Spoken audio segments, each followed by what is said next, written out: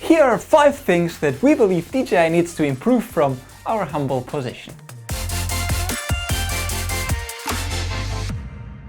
We've been experiencing DJI since its early beginnings, and we've, let's say, traveled the whole journey with them. We've been users since the Phantom 2 and have seen how everything went from almost unknown to a world-leading company in the drone business. How they have been developing from a kind of complicated drone company to a business monster. Not only drones, but in photography, stabilization gear, cameras and so on. But there are still a few things that we would like to see improved. A few of them are all related to one single issue, and it's the company being very hermetic, very tight. Enough intro, here are the 5 things we believe DJI could improve. First, the epic Keynotes. Where are they? I mean, okay, for the Mavic Air 2 in April, it's understandable for everything that's been happening, but in the last couple of years, we haven't really seen any keynote, right? I remember sitting with Chivo, waiting patiently for the hour to release and see our big friend Michael Perry being a Steve Jobs-alike. We really had a lot of fun doing that. We had some pizzas and beer and we're super excited. I can assume that such a keynote and the preparation and the coverage is super complicated and expensive, but it truly gives a value to the brand. And I understand DJI's strategy to just not do them in order to just save some problems and expenses, because honestly, are they so important? Well, this kind of events are difficult to quantify and to assess in economic terms, but they indeed express some higher brand value. Right now, it seems that DJI's strategy is all about throwing out some leaks a few weeks or months earlier through a bunch of Twitter accounts and see how the internet reacts, and later shipping out test units to some influencers. It's not a bad strategy at all. I mean, it works of course, but it gives a bit the feeling of isolation. Seems like the base of fans and customers are not really connecting with the product. Like DJI is releasing this and that, and we will see later if it works or not. When you do events in keynotes, you're getting closer to people. You tell them, we are doing this for you, we love doing this, and we truly care about what you think, what you believe, and all that. And this product is about caring your needs. Number 2, online content and a DJI Academy. DJI needs to drive their products, but not only that, also what you can actually do with them. I mean, let me think how I can see this easier. You have to promote that people actually love drones. I mean, they are quite expensive and everyone's feeling is that they are way too illegal to purchase them, like a drone is a problem.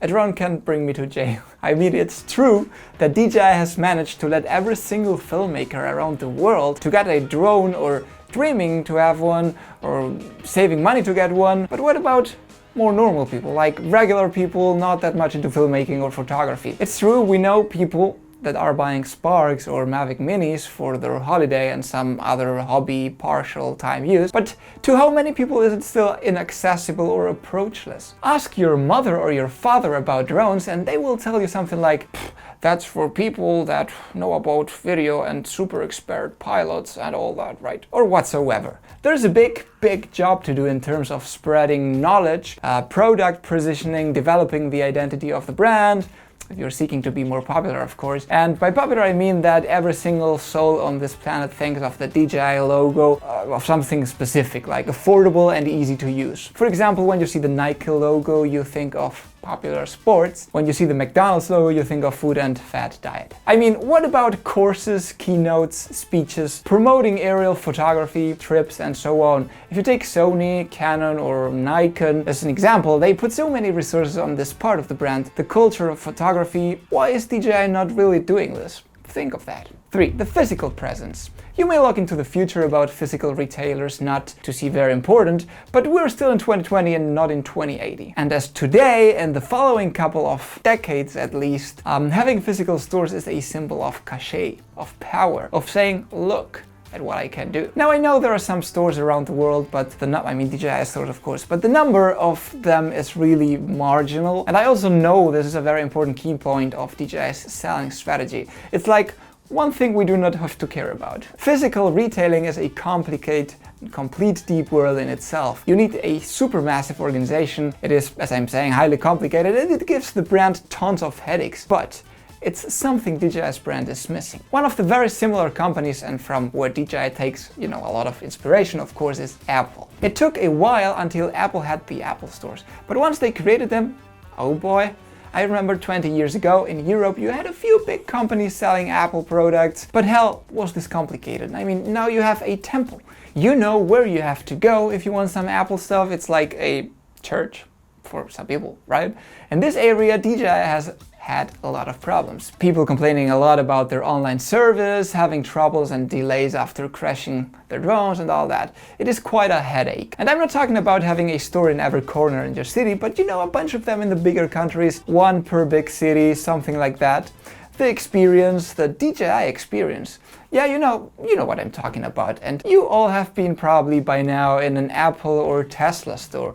You want to test the products, you want to feel them, you want to touch them, you want to see how big they are, how noisy the drone is, you know, all those kind of things. And you want someone that knows a lot to tell you this is right, this is wrong, you know, how good the product is. All that develops the feeling that you're actually buying something unique, powerful, and not just some Chinese stuff from the website. Number 4, the programming, the open sourcing, and a bunch of things like that. I'm not really an expert in this, but I remember back on the earlier drone versions, like the Phantom 1 and the Phantom 2, there were versions that people could program and modulate and do stuff like putting cameras, specific devices for mapping, thermography, and so on. A few years ago, I even did a few interviews on this channel with people that were doing super interesting jobs with those drones, like photogrammetry and stuff like that for governments and other companies. What happened to all that? It's just gone. I mean, was it too expensive? It probably wasn't giving the right amount of return of investment, so they have decided to leave that apart. Now I have the feeling with every new product it's a more hermetic and immovable product. It is what it is and there's not much you can do about it. It's true there are those RTK versions and enterprise models, but you're relying entirely on your own development and sometimes this may be quite dangerous. Number 5 is overall being so airtight. I mean, I haven't seen a single documentary about DJI, do you?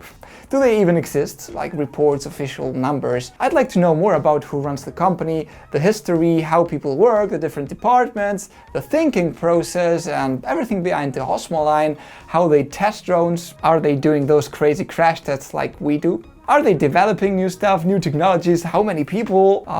Let me be part of that community. I'm begging you. There are brands like the ones I mentioned before, like Tesla, Apple, where you fall in love or hate them because of the people that are behind. They have a lifestyle, they have a story, they have strong beliefs in this is what creates communities.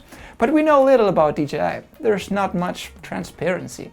This is not a complaint, I'm just expressing my feelings about this kind of business situations. Tesla and Apple are supposed to be revolutionary, but they are doing smartphones and cars. Neither of them invented really them. I have the feeling that DJI's potential to be groundbreaking and revolutionary is way bigger. If DJI was American, we would have DJI cereals for breakfast and DJI water for sure. But well, that's a whole different point, and what I'm talking about here is, for example, Chivo is a guitar nerd. And he spends half his life watching documentaries of how they shine the wood and how a string is created and produced. And he loves that. He spends time and money on that. Same happens to camera brands like Sony, Nikon, Canon, Fuji. We know how they make their lenses. We know their production chains, the factories, their quality processes, everything. It is trustworthy. We know little of all these things about DJI, at least not directly through them. They are a bit mad and opaque. Yes, I read that from Google Translation. Maybe a bit too paranoid about not letting people know. I mean, all this would, I believe, be better than worse for DJI. This could enhance probably the brand, improve the company, showing us what they are as a big global company, not like some top secret project somewhere in China we know nothing about. So well guys, with all that I just mentioned, I want to make clear again that this is not a complaint. I actually mean everything as something positive, something to be building on, what I would of course do. Like, I believe this points about DJI being more successful outside China. Even though America and Europe are very different, when it comes to capitalism, the feelings and needs the customers have are very similar in both continents, right? So I'm pretty sure me as a European have similar thoughts to an American about all I just said. And I believe that it's what DJI's culture is missing. I just said more successful outside China, but I don't really mean successful, I mean more like trustworthy and global. Nothing really else to say, guys. I really hope that you like this video. Again, please let me know what you think about all this in the comments. If you agree, if you don't agree, I will be very happy to answer and discuss stuff with you. And always remember to keep calm and talk easy. This is not working. Oh man, you ran out of battery again. Jesus. Now I don't have any. Well.